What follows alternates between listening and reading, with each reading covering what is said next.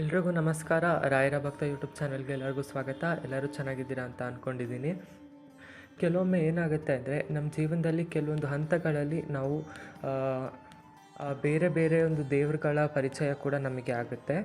So ನಾನು ಯಾಕೆ ಈ ರೀತಿ ಹೇಳ್ತಾ ಇದ್ದೀನಿ ಅಂತ ಅಂದರೆ, ನಾನು ರೀಸೆಂಟಾಗಿಯೇ ಒಂದು ಕಮ್ಯುನಿಟಿನಲ್ಲಿ ಪೋಸ್ಟ್ ಮಾಡಿದ್ದೆ. ಏನಂತ ಅಂದರೆ, ತಿರುಪತಿ ವೆಂಕಟೇಶ್ವರ ಸ್ವಾಮಿಯವರ ವಿಗ್ರಹ ಸ್ವತಃ ನಮ್ಮ ಮನೆಗೆ ಬಂದಿರುವಂಥದ್ದು. ಯಾಕಂದರೆ ಈ ಒಂದು ವಿಗ್ರಹ ನಮಗೆ ಹಾಗೂ ನಮ್ಮ ಮನೆಗೆ ತುಂಬಾ ಸ್ಪೆಷಲ್. ಯಾಕೆಂತ ಅಂದರೆ, ಈ ವಿಗ್ರಹನ ನಾವು ನಮ್ಮ ಮನೆಯಲ್ಲಿ ತೊಗೋಬೇಕು ಅಂತ ನಾವು ಪ್ಲ್ಯಾನ್ ಮಾಡಿ ತೊಗೊಂಡಿದ್ದಲ್ಲ.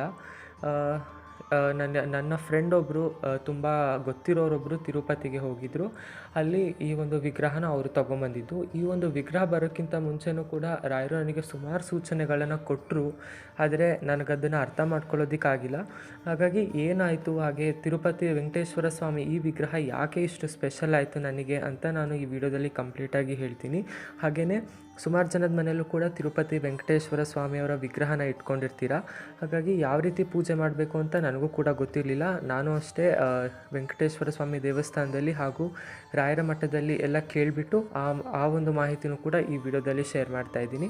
ಹಾಗಾಗಿ ವಿಡಿಯೋನ ಕೊನೆವರೆಗೂ ನೋಡಿ ಅಂತ ಹೇಳೋದಕ್ಕೆ ಇಷ್ಟಪಡ್ತಾ, ಸೊ ನನಗೆ ವೆಂಕಟೇಶ್ವರ ಸ್ವಾಮಿಯ ಒಂದು ಪೂಜೆ ಮಾಡಬೇಕು ಅಥವಾ ಒಂದು ರಾಯರ ಸೇವೆ ಜೊತೆಗೆ ಅವ್ರದ್ದು ಕೂಡ ಒಂದು ಪೂಜೆ ಮಾಡಬೇಕು ಅನ್ನೋದು ನನ್ನ ಮನಸ್ಸಲ್ಲಿ ಯಾವುದೇ ಇಲ್ಲಿವರೆಗೂ ಬಂದೇ ಇರಲಿಲ್ಲ ನನಗೆ. ಯಾಕೆಂದರೆ ನಾವು ಅಂದರೆ ತಿರುಪತಿ ವೆಂಕಟೇಶ್ವರ ಸ್ವಾಮಿಗೆ ಅಷ್ಟೊಂದು ನಾವು ಪೂಜೆ ಮಾಡ್ತಾ ಇರಲಿಲ್ಲ. ಹಾಗೆಯೇ ನಾವು ದೇವಸ್ಥಾನಕ್ಕಾಗಲಿ ಹೋಗ್ತಾನೇ ಇರಲಿಲ್ಲ. ಅಂದರೆ ನಾರ್ಮಲಾಗಿ ಎಲ್ಲ ದೇವರಿಗೂ ಹೇಗೆ ಪೂಜೆ ಮಾಡ್ತೀವೋ ಹಾಗೆಯೇ ನಾವು ಮನಸ್ಸಿನಲ್ಲಿ ನೆನೆಸ್ಕೊತಿದ್ವಿ. ನಮ್ಮ ಮನೇಲಿ ವೆಂಕಟೇಶ್ವರ ಸ್ವಾಮಿದು ಒಂದು ಫೋಟೋನೂ ಇಲ್ಲ, ಹಾಗೆಯೇ ಒಂದು ಏನು ವಿಗ್ರಹನೂ ಇರಲಿಲ್ಲ, ಏನೂ ಇರಲಿಲ್ಲ. ನನಗೆ ಒಂದು ವೆಂಕಟೇಶ್ವರ ಸ್ವಾಮಿಯ ಪೂಜೆ ಮಾಡಬೇಕು ಅನ್ನೋವಂಥ ಒಂದು ಇಂಟೆನ್ಷನ್ನು ಕೂಡ ಇರಲಿಲ್ಲ ನನಗೆ.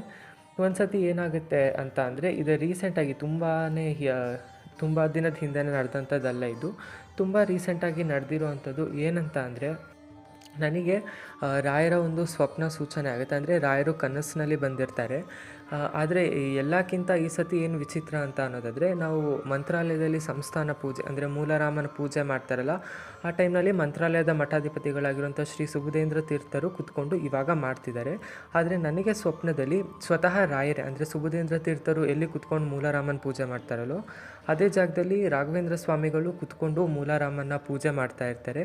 ಆ ಮೂಲರಾಮನ ಜೊತೆ ಮೂಲರಾಮನ ಪೂಜೆ ಮಾಡೋ ಟೈಮ್ನಲ್ಲಿ ಈ ಒಂದು ವೆಂಕಟೇಶ್ವರ ಸ್ವಾಮಿಯ ವಿಗ್ರಹನ, ತುಂಬ ಚಿಕ್ಕದಿರುವಂಥದ್ದು ಒಂದು ವೆಂಕಟೇಶ್ವರ ಸ್ವಾಮಿಯ ವಿಗ್ರಹನ ಅವರು ಮೂಲರಾಮನ ಹತ್ರ ಇಟ್ಬಿಟ್ಟು ಮೂಲರಾಮನಿಗೆ ಅಭಿಷೇಕಗಳನ್ನೆಲ್ಲ ಮಾಡಿ, ಆ ಮೂಲರಾಮನ ಅಭಿಷೇಕದ ಜೊತೆಗೆ ಈ ಒಂದು ಚಿಕ್ಕದಾಗಿರುವಂಥದ್ದು ಒಂದು ತಾಮ್ರದ್ದು, ಅಂದರೆ ನಾವು ಕಾಪರ್ ಅಂತ ಅಂತೀವಿ, ತಾಮ್ರದ್ದು ವೆಂಕಟೇಶ್ವರ ಸ್ವಾಮಿನ ಮೂಲರಾಮನ ಜೊತೆ ಇಟ್ಬಿಟ್ಟು ಪೂಜೆ ಮಾಡ್ತಿರೋವಂಥದ್ದು ನನಗೆ ಕನಸಿನಲ್ಲಿ ಬಂತು. ಸರಿ, ಕನಸಿನ ಅದು ಕಂಟಿನ್ಯೂ ಆಯಿತು. ಏನಂತ ಅಂದರೆ, ಮೂಲರಾಮನ ಪೂಜೆ ಎಲ್ಲ ಮುಗೀತು, ತಗೊಂಡು ಹೋಗ್ಬಿಟ್ಟು ಆ ಒಂದು ವೆಂಕಟೇಶ್ವರ ಸ್ವಾಮಿಯ ವಿಗ್ರಹನ ರಾಯರು ತಮ್ಮ ಅಲ್ಲಿರುವಂಥ ಬೇರೆಯವರ ಅರ್ಚಕರಿಗೆಲ್ಲ ಆ ಒಂದು ವೆಂಕಟೇಶ್ವರ ಸ್ವಾಮಿಯ ವೆಂಕಟೇಶ್ವರ ಸ್ವಾಮಿಯ ವಿಗ್ರಹವನ್ನು ತಗೊಂಡು ಹೋಗ್ಬಿಟ್ಟು ರಾಯರ ಬೃಂದಾವನದ ಮೇಲೆ ಇಡೋದಕ್ಕೆ ಹೇಳ್ತಾರೆ. ಅಂದರೆ ಇದು ಕನಸು ನನಗೆ. ಆ್ಯಕ್ಚುಲಿ ಇದು ಏನು ಅಂತ ನನಗೆ ಅರ್ಥನೇ ಆಗಲಿಲ್ಲ. ರಾಯರೇ ಪೂಜೆ ಮಾಡಿರುವಂಥದ್ದು, ಅದೇ ವಿಗ್ರಹನ ತೊಗೊಂಡೋಗಿ ಅವರ ಬೃಂದಾವನದ ಮೇಲೆ ಇಡುವಂತೆ ತಮ್ಮ ಭಕ್ತರಿಗೆ ಸೂಚನೆ ಕೊಡ್ತಾರೆ. ಸರಿ ಆಯಿತು ಅಂತ ಅವರು ತೊಗೊಂಡೋಗಿ ಆ ಒಂದು ವೆಂಕಟೇಶ್ವರ ಸ್ವಾಮಿ ವಿಗ್ರಹನ ರಾಯರ ಬೃಂದಾವನದ ಮೇಲೆ ಇಡ್ತಾರಂತೆ. ಸರಿ, ಇಟ್ಟಾದಮೇಲೆ ರಾಯರ ಒಂದು ಮಹಾಮಂಗಳಾರತಿ ಎಲ್ಲ ನೆರವೇರುತ್ತೆ. ನೆರವೇರಿದ ಮೇಲೆ ನಾನು ಅಲ್ಲಿ ಯಾರೂ ಇರೋದಿಲ್ಲ, ನಾನು ಒಬ್ಬನೇ ಹೋಗ್ಬಿಟ್ಟು ಯಾರೂ ಇಲ್ವಲ್ಲ ಅಂತ ಹೇಳಿಬಿಟ್ಟು ವೆಂಕಟೇಶ್ವರ ಸ್ವಾಮಿ ವಿಗ್ರಹವನ್ನು ನಾನು ಬೃಂದಾವನದ ಮೇಲಿಂದ ಎತ್ಕೊಂಡು ನಮ್ಮ ಮನೆಗೆ ತೊಗೊಂಬರೋ ರೀತಿ ನನಗೆ ಕನಸು ಬಂತು. ಹಾಗಾಗಿ ನಾನು ಬೆಳಗ್ಗೆ ಎದ್ದ ತಕ್ಷಣ ಸಿಕ್ಕಾಬಟ್ಟೆ ಒಂಥರ ಕನ್ಫ್ಯೂಷನ್ ಆಗೋಯಿತು. ಯಾಕೆ ಅಂದರೆ, ರಾಯರೇ ಸ್ವತಃ ಪೂಜೆ ಮಾಡಿಕೊಟ್ಟಿದ್ದು ಅವ್ರ ಬೃಂದಾವನದ ಮೇಲಿರುವಂಥ ವೆಂಕಟೇಶ್ವರ ಸ್ವಾಮಿನ ನಾನು ಯಾಕೆ ತೊಗೊಂಬರ್ತಿದ್ದೀನಿ ಅನ್ನೋ ರೀತಿ ನನಗೆ ಈ ರೀತಿ ಯಾವತ್ತೂ ಕನಸು ಬಂದಿಲ್ಲ. ರಾಯರೇ ಏನಿದ್ರ ಅರ್ಥ ಅಂತ ಸ್ವಲ್ಪ ರಾಯರ ಹತ್ರ ಹಾಗೇ ಕೇಳಿಕೊಂಡೆ. ಇದು ಏನಂತ ಅರ್ಥ ನನಗೆ ಗೊತ್ತಾಗ್ತಿಲ್ಲ ರಾಯರೇ, ಪ್ರತಿ ಸತಿನೂ ಅಷ್ಟೇ ನೀವು ಕನಸಿನಲ್ಲಿ ಬಂದು ಏನಾದರೂ ಸೂಚನೆ ಕೊಟ್ಟಿದ್ದೀರಾ ಅಂದರೆ ಒಂದಲ್ಲ ಒಂದೇನೋ ನೆರವೇರುತ್ತೆ. ವೆಂಕಟೇಶ್ವರ ಸ್ವಾಮಿ ಮೊದಲನೇ ಬಾರಿ ನನ್ನ ಕನಸಿಗೆ ಬಂದಿದ್ದಾರೆ, ಅದು ನಿಮ್ಮ ರೂಪದಲ್ಲಿ. ಏನು ಅಂತ ನನಗೆ ಗೊತ್ತಾಗ್ತಿಲ್ಲ ರಾಯರೇ ಅಂತ ಅಂದೆ ನಾನು ರಾಯರ ಹತ್ರ ಬೇಡ್ಕೊಂಡೆ. ಹಾಗೆಯೇ ಇನ್ನೊಂದು ಮುಖ್ಯವಾದ ವಿಷಯ, ಏನಂತ ಅಂದರೆ ರಾಯರಿಗೆ ತಿರುಪತಿ ತಿಮ್ಮಪ್ಪ ಅಂದರೆ ವೆಂಕಟೇಶ್ವರ ಸ್ವಾಮಿ ಅವರು ಮನೆ ದೇವರಾಗಿರ್ತಾರೆ. ಹಾಗೆಯೇ ರಾಯರಿಗೆ ತಿರುಪತಿ ವೆಂಕಟೇಶ್ವರ ಸ್ವಾಮಿಯ ಒಂದು ಸ್ವಾಮಿ ಮೇಲೆ ಅಪಾರವಾದಂಥ ಭಕ್ತಿ. ಹಾಗೆಯೇ ವೆಂಕಟೇಶ್ವರ ಸ್ವಾಮಿಗೆ ರಾಯರು ವಿಶೇಷವಾಗಿರುವಂಥ ಸೇವೆಗಳನ್ನು ಮಾಡ್ತಾ ಇರ್ತಾರೆ. ಹಾಗೆಯೇ ನಾವು ಮಂತ್ರಾಲಯಕ್ಕೆ ಈಗಲೂ ಅಷ್ಟೇ ಹೋದಾಗ ನೋಡ್ಬೋದು, ರಾಯರೇ ಸ್ವತಃ ಪ್ರತಿಷ್ಠಾಪಿಸಿರುವಂಥ ವೆಂಕಟೇಶ್ವರ ಸ್ವಾಮಿ ಮಂತ್ರಾಲಯ ಮಠದ ತುಂಬ ಹತ್ತಿರದಲ್ಲೇ ಇದೆ. ತಿರುಪತಿಯಲ್ಲೂ ಅಷ್ಟೇ ರಾಯರು ಸಿಕ್ಕಾಬಟ್ಟೆ ವೆಂಕಟೇಶ್ವರ ಸ್ವಾಮಿಯ ಸೇವೆಯನ್ನು ಮಾಡಿದ್ದಾರೆ. ಹಾಗೆಯೇ ಅವರು ಏಕಾಂತ ಸೇವೆಯಲ್ಲೂ ಕೂಡ ಇದ್ದರು. ಹಾಗೆ ವೆಂಕಟೇಶ್ವರ ಸ್ವಾಮಿ ಅವರಿಗೆ ತಮ್ಮ ಮೇಲಿದ್ದಂಥ ತುಳಸಿನ ತಗೊಂಡು ರಾಯರಿಗೆ ಹಾಕಿದರು. ಈ ರೀತಿ ಕೆಲವೊಂದು ವಿಷಯಗಳನ್ನೆಲ್ಲ ನಾವು ಕೇಳಿಸ್ಕೊಳ್ತಾ ಇರ್ತೀವಿ ಸಾಮಾನ್ಯವಾಗಿ. ನನಗೆ ಒಂದೇ ಸತಿಗೆ ಅದು ನೆನ್ಪು ಬಂದುಬಿಡ್ತು, ಯಾಕೆ ರಾಯರು ಈ ರೀತಿ ಕನಸಿನಲ್ಲಿ ಹೀಗೆ ಒಂದು ಸೂಚನೆ ಕೊಡ್ತಿದ್ದಾರೆ ಅಂತ ನನಗೆ ಗೊತ್ತಾಗಲಿಲ್ಲ. ಅದಾದಮೇಲೆ ಆ ಕನಸು ಆಗಿ ಸ್ವಲ್ಪ ದಿನದಲ್ಲಿ ನನಗೆ ರಾಯರು ಮೆಂಟಲಿ ಚೇಂಜಸ್ ಅಂದರೆ ಮಾಡಿದರು. ಏನಂತ ಅಂದರೆ ವೆಂಕಟೇಶ್ವರ ಸ್ವಾಮಿ ಮೇಲೆ ಅಪಾರವಾದಂಥ ಭಕ್ತಿ ಬರುವಂತೆ ಮಾಡಿದರು. ಅದು ಇಲ್ಲಿವರೆಗೂ ಹೇಗಾಯಿತು ಅಂತ ಗೊತ್ತಿಲ್ಲ. ವೆಂಕಟೇಶ್ವರ ಸ್ವಾಮಿ ಅಂದರೆ ಏನು ಒಂದು ಅವರ ಫೋಟೋ ನಾನು ನಮ್ಮ ಮನೇಲಿ ಹೇಳಿದೆ ಆಲ್ರೆಡಿ, ಫೋಟೋ ಇಲ್ಲ ಅಥವಾ ವೆಂಕಟೇಶ್ವರ ಸ್ವಾಮಿದೇನು ನಮ್ಮ ಮನೇಲಿ ವಿಗ್ರಹ ಇಲ್ಲ, ಫೋಟೋ ಇಲ್ಲ ಅಂತ. ಹಾಗಾಗಿ ನಾನು ಫೋನ್ನಲ್ಲೇ ನೋಡ್ತಾ ಇದ್ದೆ ವೆಂಕಟೇಶ್ವರ ಸ್ವಾಮಿ ಬಗ್ಗೆ. ಅವರ ವೆಂಕಟೇಶ್ವರ ಸ್ವಾಮಿಯ ಮುಖ ನೋಡ್ತಿದ್ದಂಗೆ ಏನೋ ಒಂಥರ ಭಕ್ತಿ ಜಾಸ್ತಿ ಆಗುವಂಥದ್ದು ಈ ರೀತಿ ಆಗ್ತಾಯಿತ್ತು. ನಾನು ನೋಡಿದಾಗೆಲ್ಲ ಅದೇ ಅಂದ್ಕೊಳ್ತಿದ್ದೆ, ರಾಯರೇ ಏನಿದು ಅರ್ಥ? ಇಷ್ಟು ದಿವಸ ವೆಂಕಟೇಶ್ವರ ಸ್ವಾಮಿ ಅಂದ್ರೇ ನನಗಷ್ಟು ಗೊತ್ತಿರಲಿಲ್ಲ. ಹಾಗೆಯೇ ಜಾಸ್ತಿ ವೆಂಕಟೇಶ್ವರ ಸ್ವಾಮಿ ಬಗ್ಗೆನೂ ಗೊತ್ತಿರಲಿಲ್ಲ. ಇದು ಇದ್ದಕ್ಕಿದ್ದಂತೆ ಯಾಕೆ ಈ ರೀತಿ ಇಷ್ಟೊಂದು ವೆಂಕಟೇಶ್ವರ ಸ್ವಾಮಿ ಮೇಲೆ ಭಕ್ತಿ ಬರ್ತಾ ಇದೆ, ನನಗೆ ಗೊತ್ತಾಗ್ತಿಲ್ಲ ರಾಯರೇ ಏನು ಮಾಡೋದು ಅಂತ ಹೇಳಿಬಿಟ್ಟು ಗುರುವಾರ ಆಗಿತ್ತು ಅವತ್ತು. ರಾಯರಿಗೆ ಇದನ್ನೇ ನೆನೆಸ್ಕೊಂಡು ಪೂಜೆ ಮಾಡಿದೆ. ಸರಿ ಆಯಿತು ಅಂತ ಹೇಳಿಬಿಟ್ಟು ಶುಕ್ರವಾರ ನನ್ನ ಫ್ರೆಂಡ್ ಒಬ್ಬರು ಬರ್ತಾರೆ. ಅವರು ಶುಕ್ರವಾರ ಏನಾಗುತ್ತೆ ಅಂದರೆ ನನ್ನ ಫ್ರೆಂಡವರು ತಿರುಪತಿಗೆ ಹೋಗಿರ್ತಾರೆ. ತಿರುಪತಿಗೆ ಹೋದಂಥ ಟೈಮ್ನಲ್ಲಿ ತಿರುಪತಿಯ ಲಡ್ಡು ಅವರು ನಮ್ಮ ಮನೆಗೆ ಪ್ರಸಾದದ ಥರ ತೊಗೊಂಬಂದು ಕೊಡ್ತಾರೆ. ಇದೂ ಎಲ್ಲೋ ಒಂದು ಕಡೆ ಯೋಚನೆ ಮಾಡಿದಾಗ ಅನಿಸ್ತು, ತಿರುಪತಿ ತಿಮ್ಮಪ್ಪ ನಾನು ನೆನೆಸ್ಕೊಂಡೇ ಈ ರೀತಿ ಮನೆಯಲ್ಲಿ ತಿರುಪತಿ ತಿಮ್ಮಪ್ಪನ ಪ್ರಸಾದನೇ ಬಂದುಬಿಡ್ತಲ್ಲ ಅಂತ ಹೇಳಿಬಿಟ್ಟು ಭಕ್ತಿಯಿಂದ ಅದನ್ನು ಕೂಡ ಸ್ವೀಕಾರ ಮಾಡಿದೆ. ಸರಿ ಆಯಿತು ಅಂತ ಹೇಳಿಬಿಟ್ಟು ನೆಕ್ಸ್ಟ್ ಡೇ ಅಂದರೆ ಅದೇ ಫ್ರೆಂಡೇ, ನನಗೆ ತಿರುಪತಿಯ ಒಂದು ಲಡ್ಡು ಕೊಟ್ಟಂತಹ ಫ್ರೆಂಡೇ ಸ್ಯಾಟರ್ಡೆ ಶನಿವಾರ ಏನು ಮಾಡ್ತಂದರೆ ಬೆಳಗ್ಗೆ ನಮ್ಮ ಮನೆಗೆ ಬಂದುಬಿಟ್ಟು ಒಂದು ಹಿತ್ತಾಳೆದಲ್ಲ ತಾಮ್ರದ್ದೇನೆ ಕಾಪರ್ದೇನೆ ತುಂಬ ಚಿಕ್ಕದಿರೋವಂಥ ಒಂದು ವೆಂಕಟೇಶ್ವರ ಸ್ವಾಮಿ ವಿಗ್ರಹನ ನಮ್ಮ ಮನೆಗೆ ತೊಗೊಂಬಂದು ಕೊಡ್ತಾನೆ.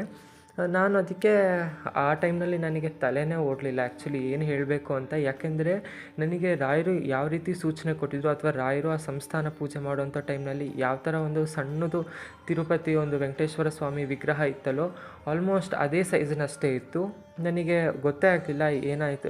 ನಾನು ಅವನಿಗೆ ಒಂದೇ ಮಾತು ಕೇಳಿದ್ದು, ಇದನ್ನು ಯಾಕೆ ತೊಗೊಂಬರೋದಕ್ಕೆ ಹೋದೆ ನೀನು, ಅಥವಾ ಇದನ್ನು ತೊಗೊಂಬರೋದಕ್ಕೆ ಯಾರು ಹೇಳಿದ್ದು ನಿನಗೆ ಅಂತ. ಅವನೇನೂ ಹೇಳಿಲ್ಲ. ಏನೋ ನೀನು ರಾಯರ ಪೂಜೆನ ತುಂಬ ಮಾಡ್ತೀಯಲ್ಲ, ನಿನಗೆ ಈ ವಿಗ್ರಹನ ಕೊಡಬೇಕನ್ನಿಸ್ತು, ರಾಯರ ಜೊತೆಗೆ ವೆಂಕಟೇಶ್ವರ ಸ್ವಾಮಿನೂ ಇಟ್ಬಿಟ್ಟು ನೀನು ಪೂಜೆ ಮಾಡು, ಯಾಕೋ ನನಗೆ ತಿರುಪತಿಗೆ ಹೋದಾಗ ಈ ವಿಗ್ರಹ ನೋಡಿ ನೀನು ಕೊಡಲೇಬೇಕಂತ ತುಂಬ ಅನಿಸ್ತು. ಹಾಗಾಗಿ ನಾನು ತೊಗೊಂಬಂದಿರೋದಷ್ಟೇ ಅಲ್ಲ, ನಾವು ತಿರುಪತಿಯಿಂದ ಬರ್ತಾ ಹಾಗೆ ಮಂತ್ರಾಲಯಕ್ಕೂ ಕೂಡ ಹೋಗಿದ್ವಿ. ಮಂತ್ರಾಲಯದಲ್ಲೂ ಅಷ್ಟೇ ನನ್ನ ಒಂದು ಚಿಕ್ಕ ಸೈಡ್ ಬ್ಯಾಗಲ್ಲೇ ಇದ್ದಿದ್ದರಿಂದ ಅದು ಆ ಒಂದು ವಿಗ್ರಹ ರಾಯರ ಒಂದು ದರ್ಶನನೂ ಕೂಡ ಮಾಡಿದೆ. ಆ ವಿಗ್ರಹ ರಾಯರ ಒಂದು ಸಾನ್ನಿಧ್ಯದಲ್ಲೂ ಕೂಡ ಇದ್ದು ಬಂದಿದೆ. ಅಷ್ಟೇ ಅಲ್ಲ, ತಿರುಪತಿಯಿಂದ ತೊಗೊಂಬಂದ್ಬಿಟ್ಟಿದ್ದೀನಿ, ಮತ್ತು ಇನ್ನೇನು ಮಾಡೋದು, ನಿನಗೆ ಹಾಗೆ ಕೊಡೋದಕ್ಕೆ ಬರಲ್ಲ ಅಂತ ಹೇಳಿಬಿಟ್ಟು ರಾಯರ ಮಠದಲ್ಲೂ ಕೂಡ ಅಷ್ಟೇ ಅವನು 2 ದಿನ ರಾಯರ ಮಠದಲ್ಲಿ ಆ ಒಂದು ವಿಗ್ರಹನ ಪೂಜೆ ಮಾಡೋದಕ್ಕೆ ಕೊಟ್ಟಿದ್ದಂತೆ. ಸರಿ ಆಯಿತು. ರಾಯರ ಮಠದಲ್ಲೂ ಕೂಡ ಬೆಳಗ್ಗೆ ರಾಯರಿಗೆ ಏನೇನೆಲ್ಲ ಸೇವೆಗಳು, ಪಂಚಾಮೃತ ನೈವೇದ್ಯ ಎಲ್ಲ ನಡೆಯುತ್ತಲ್ಲೋ ಅದೆಲ್ಲ ಸೇವೆನೂ ಕೂಡ ಈ ಒಂದು ತಿರುಪತಿ ತಿಮ್ಮಪ್ಪನಿಗೂ ಕೂಡ ಆಗಿದೆ. ಹಾಗೆಯೇ ಇಷ್ಟೇ ಅಲ್ಲ, ತಿರುಪತಿ ವೆಂಕಟೇಶ್ವರ ಸ್ವಾಮಿ ದೇವಸ್ಥಾನ ಅಂದರೆ ನಮ್ಮೂರಲ್ಲಿ ಒಂದೇ ಒಂದು ಲಕ್ಷ್ಮೀ ವೆಂಕಟೇಶ್ವರ ದೇವಸ್ಥಾನ ಇರುವಂಥದ್ದು. ಅಲ್ಲೂ ಅಷ್ಟೇ, ಅಲ್ಲೂ ಒಂದು ರಾತ್ರಿ ಈ ಒಂದು ವಿಗ್ರಹ ಕಳೆದಿದೆ. ಹೇಗೆ ಅಂತ ಅಂದರೆ ತಿರುಪತಿ ತಿಮ್ಮಪ್ಪನ ಸಾನ್ನಿಧ್ಯ ಜೊತೆಗೆ ರಾಯರ ಸಾನ್ನಿಧ್ಯ, ಹಾಗೆ ಮಂತ್ರಾಲಯ, ಹಾಗೆ ತಿರುಪತಿ ಈ ಎಲ್ಲ ದೇವಸ್ಥಾನಗಳಿಂದನೂ ಕೂಡ ಒಂದು ಶಕ್ತಿ ಈ ಒಂದು ವಿಗ್ರಹದಲ್ಲಿ ಇದೆ ಅಂತ ನನಗೆ ತುಂಬಾ ಅನಿಸ್ತಾ ಇದೆ. ಹಾಗಾಗಿ ನಾನು ಇದನ್ನು ನೀನು ಕೊಡ್ತೀನಿ, ನೀನು ಇದನ್ನು ಪೂಜೆ ಮಾಡು ಅಂತ ಅವನು ಹೇಳಿ ನನಗೆ ಕೊಟ್ಟು ಹಾಗೆಯೇ ಸ್ವಲ್ಪ ಹೊತ್ತು ಮಾತಾಡಿದ್ವಿ. ಆಮೇಲೆ ಮಾತಾಡಿಬಿಟ್ಟು ಅವನು ಹೋದ ವಾಪಸ್. ನಾನು ಈ ವಿಗ್ರಹನೇ ನೋಡ್ತಾ ಇದ್ದೆ. ಆ ಟೈಮ್ನಲ್ಲಿ ನನ್ನ ತಲೆಯಲ್ಲಿ ಏನೇನೋ ಯೋಚನೆ ಬರೋದಕ್ಕೆ ಸ್ಟಾರ್ಟ್ ಆಗೋಗ್ಬಿಡ್ತು. ಏನಂತ ಅಂದರೆ ಒಂದು ಕಡೆ ರಾಯರು ಕನಸಿನಲ್ಲಿ ಬಂದುಬಿಟ್ಟು ಈ ರೀತಿ ವೆಂಕಟೇಶ್ವರ ಸ್ವಾಮಿದು, ಹಾಗೆಯೇ ಇನ್ನೊಂದು ವೆಂಕಟೇಶ್ವರ ಸ್ವಾಮಿ ಮೇಲೆ ಭಕ್ತಿ ಜಾಸ್ತಿ ಆಗಿಬಿಟ್ಟಿತ್ತು. ಹಾಗೆಯೇ ಇನ್ನೊಂದು ಏನಂತ ಅಂದರೆ ಆ ಒಂದು ವಿಗ್ರಹನ ಒಂದು ಕಡೆ ಹೇಗಾಯಿತು ಅಂದರೆ ಬೇಡ ಅಂತ ಹೇಳಿ ಕೊಡೋದಕ್ಕೂ ನನಗೆ ಮನಸ್ಸಿರಲಿಲ್ಲ. ಹಾಗಾಗಿ ಆ ವಿಗ್ರಹನ ನಾನು ಸೀದಾ ತೊಗೊಂಡೋಗಿ ನಮ್ಮ ದೇವ್ರ ಮನೇಲಿ ಇಟ್ಬಿಟ್ಟು ಪೂಜೆ ಎಲ್ಲ ಆಗಿತ್ತು. ಅಂದರೆ ಶನಿವಾರ, ಅಂದರೆ ತಿರುಪತಿ ತಿಮ್ಮಪ್ಪನ ವಾರ ಶನಿವಾರನೇ ಆಗಿರೋದ್ರಿಂದ ಶನಿವಾರ ನಾವು ಎಂದಿನಂತೆ ಪೂಜೆ ಮಾಡಿದ್ದೆ. ಸರಿ ಆಯಿತು, ಹೊಸ ವಿಗ್ರಹ ಬಂದಿದೆಯಲ್ಲ ಅಂತ ಹೇಳಿಬಿಟ್ಟು ಅದಕ್ಕೆ ಒಂದು ಸ್ವಲ್ಪ ಗಂಧನ ಎಲ್ಲ ಇಟ್ಬಿಟ್ಟು ರಾಯರ ಒಂದು ಪಕ್ಕದಲ್ಲಿ ಆ ಒಂದು ವಿಗ್ರಹನ ಇಟ್ಬಿಟ್ಟು ನಾನು ರಾಯರ ಹತ್ರ ಪ್ರಾರ್ಥನೆ ಮಾಡಿಕೊಂಡೆ. ರಾಯರೇ, ನಾನು ಬೇಕು ಅಂತ ಈ ವಿಗ್ರಹನ ತೊಗೊಳ್ಳಿಲ್ಲ, ಬಟ್ ಭಕ್ತಿ ಅಂತೂ ಬಂದಿದ್ದು ನಿಜ. ಅದು ನಿಮ್ಮ ಪ್ರೇರಣೆಯಿಂದ ಏನೋ ಗೊತ್ತಿಲ್ಲ. ನನಗೆ ಈ ಒಂದು ಶ್ರೀನಿವಾಸ ಅಂದರೆ ವೆಂಕಟೇಶ್ವರ ಸ್ವಾಮಿಯ ಪೂಜೆ ಯಾವ ರೀತಿ ಮಾಡಬೇಕು, ಹೇಗೆಲ್ಲ ಮಾಡಬೇಕು, ಯಾವ ದಿನದಂದು ಮಾಡಬೇಕು ಅನ್ನೋದು ಏನೂ ಗೊತ್ತಿಲ್ಲ ರಾಯರೇ. ಆದರೆ ನೀವೇ ಸ್ವತಃ ನನಗೆ ಸ್ವಪ್ನ ಸೂಚನೆ ಕೊಟ್ಟು ಹಾಗೆಯೇ ತಿರುಪತಿ ತಿಮ್ಮಪ್ಪನ ತಿರುಪತಿಯಿಂದನೇ ತರಿಸ್ಕೊಂಡು ಇಲ್ಲಿ ನಿಮ್ಮ ಮಠದಲ್ಲೂ ಕೂಡ 2 ದಿನ ಪೂಜೆ ಮಾಡಿಸ್ಕೊಂಡು, ವೆಂಕಟೇಶ್ವರ ದೇವಸ್ಥಾನದಲ್ಲೂ 1 ದಿನ ಪೂಜೆ ಎಲ್ಲ ಮಾಡಿಸ್ಕೊಂಡು ಈ ವಿಗ್ರಹನ ತೊಗೊಂಬಂದು ನಮ್ಮ ಮನೆಗೆ ಸೇರಿಸಿದ್ದೀರಾ. ಇದನ್ನು ಯಾವ ರೀತಿ ಈ ಒಂದು ವಿಗ್ರಹಕ್ಕೆ ನಾನು ಯಾವ ರೀತಿ ಸೇವೆ ಮಾಡಬೇಕು ನನಗೆ ಗೊತ್ತಿಲ್ಲ. ದಯವಿಟ್ಟು ಇದನ್ನು ನೀವು ನನಗೆ ತಿಳಿಸ್ಕೊಡ್ಬೇಕು ರಾಯರೇ ಅಂತ ನಾನು ರಾಯರ ಹತ್ರ ಪ್ರಾರ್ಥನೆ ಮಾಡಿಕೊಂಡೆ. ಅಷ್ಟೊತ್ತಿಗೆ ರಾಯರ ಫೋಟೋ ಮೇಲಿದ್ದಂಥ ಒಂದೇ ಒಂದು ಹೂವು ರಾಯರು ಪ್ರಸಾದನ ಕೊಟ್ಟರು. ಆವಾಗ ಇನ್ನೂ ನಂಬಿಕೆ ನನಗೆ ಜಾಸ್ತಿ ಆಯಿತು. ಅಂದರೆ ಇದಿಷ್ಟಕ್ಕೂ ಕಾರಣ ಎಲ್ಲ ರಾಯರೇ. ಯಾಕೆಂದರೆ ನಮ್ಮ ಒಂದು ಜೀವನದ ಪ್ರತಿಯೊಂದು ಹಂತದಲ್ಲೂ ಕೂಡ ನಮಗೆ ಬೇರೆ ಬೇರೆ ದೇವರ ಒಂದು ಅವಶ್ಯಕತೆ ಅಥವಾ ಸಹಾಯ ಇದೆ ಅಂತ ಅಂದಾಗ ರಾಯರೇ ಯಾವುದಾದ್ರೂ ಒಂದು ರೀತಿಯಲ್ಲಿ ಅದಕ್ಕೆ ದಾರಿ ಮಾಡಿಕೊಡ್ತಾರೆ. ನಾನು ಆ್ಯಕ್ಚುಲಿ ಹೇಳ್ತೀನಲ್ಲ, ನಮ್ಮ ಮನೇಲಿ ಸುಮಾರು ದೇವರ ವಿಗ್ರಹಗಳಿದೆ. ಹಾಗಾಗಿ ನಾನು ತಿರುಪತಿ ತಿಮ್ಮಪ್ಪಂದು ಇನ್ ಕೇಸ್ ತೊಗೊಳ್ಳೋಣ ಅಂತ ಅಂದರೂ ಕೂಡ ನಮ್ಮ ಮನೇಲಿ ಯಾರೂ ಒಪ್ತಾ ಇರಲಿಲ್ಲ. ಯಾಕೆಂತ ಅಂದರೆ ಸುಮಾರು ವಿಗ್ರಹಗಳಿದೆ ಆಲ್ರೆಡಿ. ವಿಗ್ರಹ ಜಾಸ್ತಿ ಇದ್ದಷ್ಟು ಎನರ್ಜಿ ಜಾಸ್ತಿ, ಹಾಗೆಯೇ ಡೈಲಿ ಅಭಿಷೇಕ ಎಲ್ಲ ಮಾಡಬೇಕಾಗುತ್ತೆ, ಬೇಡ ಅಂತ ಅಂದಿರೋರು. ಬಟ್ ಆದರೆ ಇದೆಲ್ಲ ರಾಯರಿಗೆ ಗೊತ್ತಾಗಿ ಆದರೂ ಪರವಾಗಿಲ್ಲ, ಬರಲಿ, ವೆಂಕಟೇಶ್ವರ ಸ್ವಾಮಿಗೆ ವಿಶೇಷ ಸೇವೆ ಆಗಬೇಕು ಅಂತ ಅವ್ರು ಅಂದ್ಕೊಂಡು ಈ ರೀತಿ ತಿರುಪತಿಯಿಂದನೇ ಒಂದು ವಿಗ್ರಹನ ತರಿಸ್ಕೊಂಡಿದ್ದಾರೆ. ಸಿಕ್ಕಾಪಟ್ಟೆ ಚೆನ್ನಾಗಿದೆ ತಿರುಪತಿಯ ಒಂದು ವಿಗ್ರಹ ಅಂತೂ. ನನಗಂತೂ ಈಗಲೂ ಕೂಡ ನಂಬೋಕ್ಕಾಗ್ತಿಲ್ಲ ರಾಯರು ಈ ರೀತಿ ಎಲ್ಲ ಮಹಿಮೆ ಮಾಡ್ತಾರೆ ಅಂತ. ಹಾಗಾಗಿ ನಾನು ಅದೇ ವಿಗ್ರಹ, ಅಂದರೆ ವಿಗ್ರಹ ತುಂಬ ಚಿಕ್ಕದಿದೆ, ಬಟ್ ಆದರೂ ಸಿಕ್ಕಾಪಟ್ಟೆ ಕಳೆ ಇದೆ ವಿಗ್ರಹದಲ್ಲಿ. ತುಂಬಾ ಆ ಮುಖದಲ್ಲಿ ವೆಂಕಟೇಶ್ವರ ಸ್ವಾಮಿಯ ನಾಮ ಆಗಿರ್ಬೋದು, ಕಣ್ಣು ಮೂಗು ಆಗಿರ್ಬೋದು, ಪ್ರತಿಯೊಂದು ಅಷ್ಟೇ ತುಂಬ ಚಿಕ್ಕ ವಿಗ್ರಹದಲ್ಲಿ ತುಂಬಾ ಚೆನ್ನಾಗಿ ಕೆತ್ತನೆ ಮಾಡಿದ್ದಾರೆ. ನನಗಂತೂ ತುಂಬಾ ಖುಷಿ ಆಯಿತು ಆ ವಿಗ್ರಹ ನೋಡಿ. ಹಾಗೆಯೇ ಶನಿವಾರ ಬಂದಿತ್ತಲ್ಲ ಅಂತ ಹೇಳಿಬಿಟ್ಟು ಸ್ವಲ್ಪ ತುಳಸಿನ ಹಾಗೆ ಹೂಗಳನ್ನೆಲ್ಲ ಇಟ್ಟು ಅದಕ್ಕೂ ಕೂಡ ಪೂಜೆ ಮಾಡಿದೆ. ಆದ್ರೂ ಕೂಡ ನಾನು ರಾಯರ ಹತ್ರ ಇಷ್ಟೇ ಕೇಳ್ಕೊತಿದ್ದು, ರಾಯರೇ, ವೆಂಕಟೇಶ್ವರ ಸ್ವಾಮಿ ಅಂತ ಅಂದರೆ ತುಂಬ ದೊಡ್ಡ ದೇವರು. ಅವರ ಸೇವೆ ಹೇಗೆ ಮಾಡಬೇಕು ಅನ್ನೋದು ನನಗೆ ಗೊತ್ತಿಲ್ಲ, ದಯವಿಟ್ಟು ತಿಳಿಸ್ಕೊಡಿ ಅಂತ. ಹಾಗೆಯೇ ಅದನ್ನು ಕೂಡ ರಾಯರಿಗೆ ಕೇಳಿಸ್ತೇನೋ ಗೊತ್ತಿಲ್ಲ. ಹಾಗೂ ಹೀಗೋ ಮನಸ್ಸು ಮಾಡಿಬಿಟ್ಟು ನಾನೇ ಒಂದು ದಿವಸ ವೆಂಕಟೇಶ್ವರ ಸ್ವಾಮಿ ದೇವಸ್ಥಾನಕ್ಕೆ ಹಾಗೂ ರಾಯರ ಮಠಕ್ಕೆ ಹೋಗಿದ್ದೆ. ಅಲ್ಲಿಂದ ಅರ್ಚಕರಿಗೆ ಕೇಳಿಬಿಟ್ಟು, ಅಂದರೆ ಮೊದಲು ವೆಂಕಟೇಶ್ವರ ಸ್ವಾಮಿ ದೇವಸ್ಥಾನಕ್ಕೆ ಹೋಗಿ ನಮ್ಮ ಮನೆಗೆ ಒಂದು ಹೊಸ ವಿಗ್ರಹ ತಂದಿದ್ದೀವಿ, ಅದಕ್ಕೆ ಯಾವ ರೀತಿ ಪೂಜೆ ಮಾಡಬೇಕು ಅಂತ ಅಂದರು. ಆವಾಗ ಅವ್ರು ಕೇಳಿದ್ದು, ನಿಮ್ಮ ಮನೇಲಿ ವಿಗ್ರಹ ದೊಡ್ಡದಿದೆಯಾ ಚಿಕ್ಕದಿದೆಯಾ ಅಂತ. ಚಿಕ್ಕದಿದೆ ಅಂತ ನಾನು ಅಂದಿದ್ದಕ್ಕೆ, ತುಂಬ ಒಳ್ಳೆ ಕೆಲಸ ಮಾಡಿದ್ದೀರಾ, ಚಿಕ್ಕ ವಿಗ್ರಹನ ತೊಗೊಂಬಂದ್ಬಿಟ್ಟು ಅಂತ ಅಂದರು. ನಾನು ಅದಕ್ಕೆ, ಇದು ನಾವು ತೊಗೊಂಬಂದಿದ್ದಲ್ಲ, ನಮಗೆ ತುಂಬ ಒಬ್ಬರು ಗೊತ್ತಿರೋರು ಹಿಂಗೆ ತಿರುಪತಿಯಿಂದ ತಂದು ಕೊಟ್ಟಿರೋದು, ಅದು ಇನ್ನೂ ಒಳ್ಳೆಯದು. ಯಾಕೆ ಅಂತ ಅಂದರೆ ಸ್ವತಃ ತಿಮ್ಮಪ್ಪನೇ ನಿಮ್ಮ ಮನೆಗೆ ಬಂದಿದ್ದಾನೆ ಒಬ್ಬರು ರೂಪದಲ್ಲಿ ಅಷ್ಟೇ ಅಂತ ಅವ್ರು ಹೇಳಿಬಿಟ್ಟು, ಹೀಗೆ ತಿರುಪತಿ ತಿಮ್ಮಪ್ಪನ ವಿಗ್ರಹ ಆಗಿರ್ಬೋದು ಅಥವಾ ಬೇರೆ ಯಾವುದೇ ದೇವರ ವಿಗ್ರಹ ಆಗಿರ್ಬೋದು, ತುಂಬ ದೊಡ್ಡ ವಿಗ್ರಹನ ಇಟ್ಕೊಳ್ಳೋದಕ್ಕೆ ಹೋಗಬೇಡಿ. ಚಿಕ್ಕ ವಿಗ್ರಹ ಇತ್ತು ಅಂತ ಅಂದರೆ ಏನೂ ಸಮಸ್ಯೆ ಇಲ್ಲ. ಚಿಕ್ಕ ವಿಗ್ರಹಕ್ಕೆ ನೀವು ಯಾವುದಾದ್ರೂ ಒಂದು ರೀತಿ ಪೂಜೆ ಮಾಡ್ಬೋದು.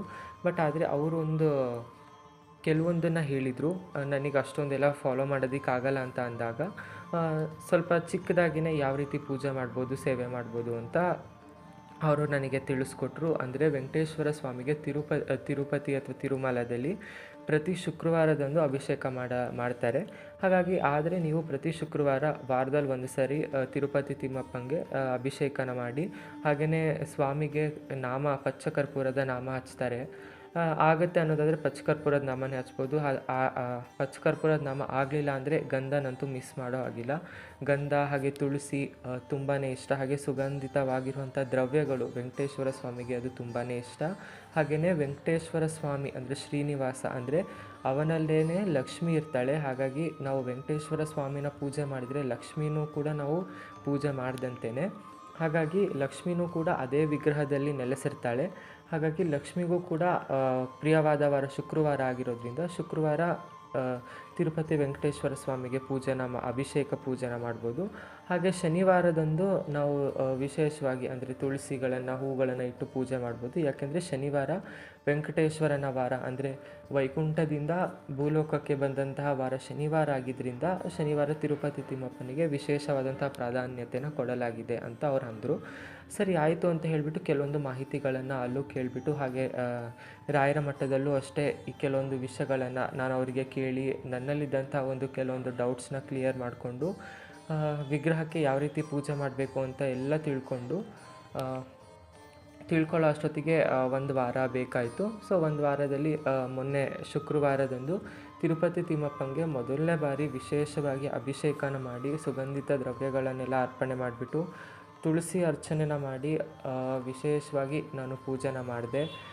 ತುಂಬಾ ಖುಷಿ ಆಯಿತು. ಆ್ಯಕ್ಚುಲಿ ವೆಂಕಟೇಶ್ವರ ಸ್ವಾಮಿ ಪೂಜೆ ಮಾಡಿದ್ರಿಂದ ನಾನು ರಾಯರಿಗೆ ಅದಕ್ಕೆ ತುಂಬಾ ಥ್ಯಾಂಕ್ಸ್ ಹೇಳಿದೆ. ರಾಯರೇ, ನಿಮಗೆ ಬೇಕಾದಂತೆ ನೀವು ಮಾಡ್ಕೊಳ್ತಾ ಇದ್ದೀರಾ ರಾಯರೇ, ನಾನು ಇದ್ರ ಮೇಲೆ ಇನ್ನೇನು ಹೇಳೋಕ್ಕೋಗಲ್ಲ ಕಣಪ್ಪ. ನಿಮಗೆ ಗೊತ್ತಿದೆ ಎಲ್ಲ ನನ್ನ ಪರಿಸ್ಥಿತಿ ಏನು, ನನ್ನ ಒಂದು ಸ್ಥಿತಿಗಳೇನು ಅಂತ. ಅದ್ರಿಗೆ ಸರಿಯಾಗಿ ನೀವು ನಡೆಸ್ಕೊಂಡು ಹೋಗ್ತಿದ್ದೀರಾ. ಹಾಗೆಯೇ ತಿರುಪತಿ ತಿಮ್ಮಪ್ಪನೂ ಕೂಡ ನಮ್ಮ ಮನೆಗೆ ಒಂದು ನಾವು ಅಂದರೆ ನಾನು ಅದನ್ನು ತೊಗೋಬೇಕು ಅನ್ನೋ ಇಂಟೆನ್ಷನ್ನೇ ಇರಲಿಲ್ಲ ನನಗೆ. ನೀವೇ ಅದನ್ನು ನನಗೆ ಕೊಡಿಸಿದ್ದೀರಾ. ನಿಮಗೆ ತುಂಬ ಹೃದಯದ ಧನ್ಯವಾದಗಳನ್ನು ಹೇಳ್ತೀನಿ. ವೆಂಕಟೇಶ್ವರ ಸ್ವಾಮಿ ಪೂಜೆನಂತೂ ನನಗೆ ಗೊತ್ತಿರೋಷ್ಟು ಮಾಡಿದ್ದೀನಿ ಕಣಪ್ಪ. ಏನಾದರೂ ತಪ್ಪು ಒಪ್ಪು ಇದ್ದರೆ ದಯವಿಟ್ಟು ಕ್ಷಮಿಸ್ಬಿಡಿ ಅಂತ ರಾಯರಿಗೂ ಕೇಳಿಬಿಟ್ಟು ತಿರುಪತಿ ತಿಮ್ಮಪ್ಪನಿಗೂ ಕೇಳಿಬಿಟ್ಟು ಪೂಜೆನ ಮಾಡಿ ನಮಸ್ಕಾರನ ಮಾಡಿದೆ. ನಮಗೆ ಗೊತ್ತಿರೋಷ್ಟರಲ್ಲಿ ನಾವು ಪೂಜೆ ಮಾಡೋದ್ರಿಂದ ದೇವರು ಯಾವತ್ತಿಗೂ ಕೋಪ ಮಾಡ್ಕೊಳ್ಳೋದಿಲ್ಲ. ಸಣ್ಣ ಪುಟ್ಟ ತಪ್ಪುಗಳಾಗ್ತಾ ಇರುತ್ತೆ, ಆದರೆ ದೇವರು ಅದನ್ನು ಕ್ಷಮಿಸ್ತಾನೆ. ಅದೇ ದೇವರ ಸ್ವಭಾವ ಅನ್ನುವಂಥದ್ದು. ನಾವೇನೇ ತಪ್ಪು ಮಾಡಿದರೂ ಅವನದಕ್ಕೆ ಕ್ಷಮಿಸ್ತಾನೆ. ಹಾಗೆಯೇ ಮುಂದೆ ಬರುವಂಥ ವಿಡಿಯೋಗಳಲ್ಲಿ ನಾನು ರಾಯರ ಜೊತೆಗೆ ತಿರುಪತಿ ತಿಮ್ಮಪ್ಪನ ಸೇವೆನ ಯಾವ ರೀತಿ ಮಾಡ್ತೀನಿ ಅಂತ ನಿಮ್ಮೆಲ್ಲರ ಜೊತೆನೂ ಕೂಡ ಹಂಚ್ಕೊಳ್ತೀನಿ. ಹಾಗೆ ತಿರುಪತಿ ತಿಮ್ಮಪ್ಪನ ವಿಗ್ರಹದ ಬಗ್ಗೆನೂ ಕೂಡ ಮುಂದಿನ ವಿಡಿಯೋದಲ್ಲಿ ಹಾಕ್ತೀನಿ. ಸಿಗೋಣ ಮುಂದಿನ ವಿಡಿಯೋದಲ್ಲಿ. ಹೀಗೇ ಹೆಚ್ಚಿನ ಒಂದು ರಾಯರ ಪವಾಡಗಳು ಹಾಗೆ ಅನುಭವಗಳನ್ನು ತಿಳ್ಕೊಳ್ಳೋದಕ್ಕೆ ನನ್ನ ಚಾನಲ್ಗೆ ಸಬ್ಸ್ಕ್ರೈಬ್ ಆಗಿ. ನಾನು ಯಾವುದೇ ವಿಡಿಯೋ ಅಪ್ಲೋಡ್ ಮಾಡಿದರೂ ಕೂಡ ಮೊದಲು ಬಂದು ನಿಮಗೆ ತಲುಪುತ್ತೆ ಅಂತ ಹೇಳ್ತಾ ಮುಂದಿನ ವಿಡಿಯೋದಲ್ಲಿ ಸಿಗೋಣ. ಅಲ್ಲಿವರೆಗೂ ರಾಯರು ಎಲ್ರಿಗೂ ಒಳ್ಳೇದು ಮಾಡಲಿ ಅಂತ ಹೇಳ್ತಾ ಧನ್ಯವಾದಗಳು.